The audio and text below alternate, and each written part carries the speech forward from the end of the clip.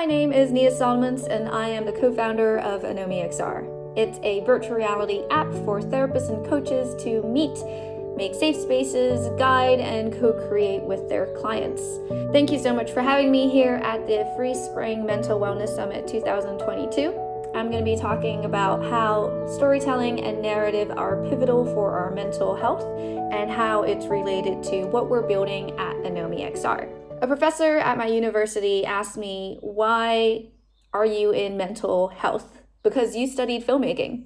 And that is true, but therapy and coaching is all about storytelling. So there are a lot of parallels because it's all about the stories that we tell ourselves and that we believe in. So today I'm going to be talking about how narrative and storytelling is at the core for treating and helping our mental health. What differentiates us humans from animals is that we believe in fictional stories, in narratives. And Yuval Noah Harari, the writer of *Sapiens: A Brief History of Humankind, talks about the importance of storytelling and myths in society. By repeating the same story over and over and over again from very, very early on as a child, and you grow up hearing the same story, there's very little chance that you'll doubt this narrative. But when there are conflicting stories, big crises arise, wars arise. You can see this in religious wars where there are basically different factions fighting to have their narrative win. Right now in the West, we believe in some basic narratives right now. We believe in humanism, we believe in human rights, and the basic myth of capitalism for the economy, for example. Naval goes on to say that basically we've got several different narratives in our mind at the same time. And if one fails, we go to another, we switch over. Germany, for example, went from Nazism to communism to capitalism, all within the same sort of country, geographic, and people. So that is proof that we as people, as a nation, we can forget old stories if they fail and turn to new ones. If you grew up being told that you were dirty or ugly because you had darker skin, you are more likely going to believe it. If you see it in every single media format, in every narrative, film, TV, radio, book, social media, in the way it's reflected onto you at home, at school, in every social interaction that you have, you're more likely going to believe it. You're going to believe that narrative. That perspective might become your truth. And because it's all around you, you might not question it. But what if you had an opposing narrative that said your dark skin was desirable and beautiful? What if you could change that narrative in your mind? That is the power of storytelling and narrative. When do we start processing all of these narratives that people project onto us? Well, it starts very early on. It starts off in the womb, where babies are learning languages from their mother. After only a couple of hours of being born, babies can differentiate between their native language and a foreign language. So our ability to discern language and narrative starts from very, very early on. However, that doesn't enable us to discern what's truthful or what's accurate in a narrative. So as an infant, we're very connected to our bodies, our emotions. Kids don't have a filter. And as we grow up, we are taught by those around us, by society, our families, our environment, what's good and what's bad. Good and bad, according to what exists or what narratives exist at the moment. When a child is confronted with a problem, they basically have two different basic coping mechanisms. The first one is the attempt to solve the problem. So when a child can make a change to address a problem, they engage in problem-focused coping by identifying the trouble and making a plan to deal with it. The second one is to tolerate an emotion. So when a child thinks that the problem is unsolvable, they engage in emotion-focused coping, which is basically learning to tolerate and control distress. And oftentimes, children aren't taught emotional self-regulation, the ability to manage one's experience and expression of emotions. So tolerating and controlling an emotion might be helpful for a child to survive in their environment, but as an adult, it might become an impediment. So for example, it might be very useful to have high grades and have a high-flying career because that is the only way that you as a child gained affection from your parents, praise, and attention. But as an adult, for example, you might realize that your high-flying career was only for your parents and it never actually made you happy. But you can't stop feeling like a failure and you can't quit your job. So tolerating may also become suppressing or ignoring what a child sees as bad emotions. This could be feeling angry, unhappy, or sad. And suppressing and ignoring these emotions may lead to an adult who is unable to, one, feel their emotions, two, process their emotions, and therefore, three, unable to share their emotions in words. What if these narratives that you believe that you grew up with are false? What if you believe the narrative that I am valuable, even without a big career and without lots of money? Or my skin is desirable and beautiful and I am beautiful? What if you can break free from false narratives? Communicating in virtual reality is very, very different. The way that we communicate right now in modern day is very, very different. David Fontana, a British psychologist, says that the symbols are the language of a mind. Look at how we text one another in our daily life. It used to be a picture paints 1,000 words, but in modern day, it's an emoji, a GIF, a meme paints 1,000 words. Through 3D software, we can now create avatars, rooms, environments, clothes, objects, and the only thing that's blocking us is our imagination. I'm going to argue that 3D assets like virtual objects, rooms, worlds, they're all languages because they are communicating something of the mind with other people. Noam Chomsky, the scholar who single-handedly revolutionized the modern field of linguistics, discusses the evolution of language and lays out the biolinguistic perspective. The idea that a human being's language represents a state of some component of the mind. And if this is true, then virtual objects like avatars, rooms, world objects, they're all languages without words. Ugh, I just had therapy and it was just the worst experience ever. Zoom sucks. They have no idea what I'm talking about. Wait, but you've got a VR headset, right? Yeah, what does a VR headset have to do with therapy, though? Why don't you try AnomieXR? It's a virtual reality therapy platform. I use it all the time with my therapist.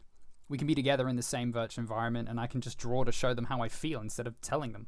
That's so amazing. Where do I go? How do I sign up? Hi, my name is Nina Salomons, And I'm Liam McKill. and we are the co-founders of AnomieXR, a virtual reality therapy platform. And our mission is to use immersive technologies to help create positive narratives and bring mental health care into the future. Have you ever felt like this? Some of you might not realize your house is on fire, or you can smell the smoke, but you're told to man up and move on. This meme is how we treat our mental health. Before COVID, mental disorders were already the leading cause of global health-related burdens. With COVID, depression and anxiety disorders have increased. Urgent and emergency referrals for young people have increased by 90% from last year. So, mental health services went online, but with that, they can't read body language, they can't keep their clients from being distracted, they can't keep their clients safe, and ultimately, they lost a lot of clients. We believe virtual reality can help make this journey more accessible, less awkward, and just a little cooler. In 2018, I was hired as an immersive consultant to bring virtual reality into prisons for well-being. Prisoners told me that VR had reduced their thoughts of suicide and self-harm. And meeting them, I thought many of them simply needed mental health support. What if I could put them in a VR headset, have them meet a therapist, and draw how they're really feeling? During lockdown, my bedroom became a prison cell, and I had access to a VR headset, Wi-Fi, and a therapist. In VR, I drew how COVID was ravaging my body and mind to a therapist in Hong Kong. I was able to do this without any words, and I knew then I had to set up Anomie. So I'm Liam McKill, and I'm the co-founder of AnomieXR. I'm also a virtual reality native. This metaverse thing you're just hearing about now, well, I've been living in it for almost 4 years now. I started building virtual worlds for fun, and for me, it became a form of therapy. This led to me working with big brands to help them to tell their stories in VR. So, when at the beginning of lockdown, Nina approached me and said, hey, look, it's great that you're using this technology to help big brands to tell their stories, but what if we could create a platform that helped people to tell their stories? change their narrative, and also to improve their mental well-being in the process. I knew that this could work because it had already worked for me. We've done over 20 hours of interviews with certified therapists from the British Association of Art Therapy, and we built a prototype based on their needs. Here's a quick clip. Why don't you make that smaller? Sure. Yes. And how does that make you feel? It's like a weight off my shoulders. How do you think your parents feel? Guilty? They can see me now.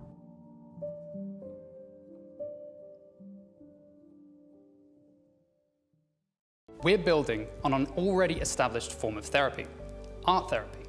And in virtual reality, you can do things that are impossible in the real world, like scaling objects or changing your perspective. And if the therapist wants, they can put on the VR headset and they can even join their client, or they can run group sessions. Want to paint? Draw in 3D. Too intimidated to paint? You can choose from our pre-built assets like a house, a tree, or a car, and build your scene that way. As VR headsets become more affordable, we know that Anomie can make therapy more accessible and reduce the strain on mental health services. AnomieXR is all about telling your personal story in virtual reality, under the guidance of a certified therapist or a coach. Play, identify, communicate without words, and reframe your story. The Museum of Memories is a VR intervention that I use at the end of our therapy work. In our final session, we leave the virtual therapy rooms where we've spent several weeks of sessions and take a journey together to visit their private art collection. Most of my clients have never had the opportunity to display their own work in a gallery like this, and the experience of visiting a virtual exhibition that's all about them and their feelings and their therapy work is often really moving. It's a moment of real honour as we focus our attention on every aspect of the creations that have emerged during our work together. Or we allow each image to simply be there. We get to slow down, absorb each piece for what it meant to both of us, and think about each memory as it fits into their world now that they're moving on. There are thoughts and feelings that we recognise, and often there's new perspectives that emerge in that moment.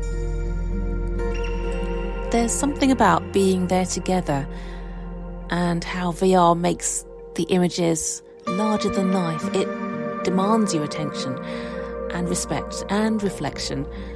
It's often a peaceful, private space, which is just what we need when we're thinking about a tangible way to end a really meaningful online relationship. My clients get a clear choice about whether they want to take their gallery and their virtual tour with them, or leave these memories and experiences of therapy with me. Sometimes the task of curating this exhibition together can feel just as meaningful as the ending. It's that final special moment that I can offer them as a parting gift. Somewhere to put some time and care and attention as they prepare to leave our work. Some clients need to return to it on their own, and they can. Whatever they decide, the visit to the Museum of Memories is a time to acknowledge that we won't be there together again in this virtual therapy space. But they can carry on processing what the therapy has meant to them, just as they will move on in their lives. It's something that VR allows them to do in a really tangible way. And VR helps me to make it a containing and holding space to think about these feelings even when we're no longer together. I hope you now understand the power of narrative, language, and symbolism in virtual worlds and how important they are for our mental health, and how AnomieXR uses these to build the future of therapy. And if you're looking to support us, we've also worked with 6 virtual reality artists who've used VR to focus on the theme from negative to positive mindsets.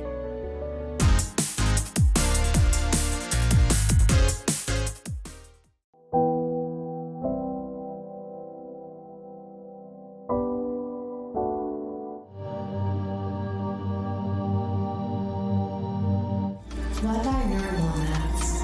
Binding texture to 3-dimensional.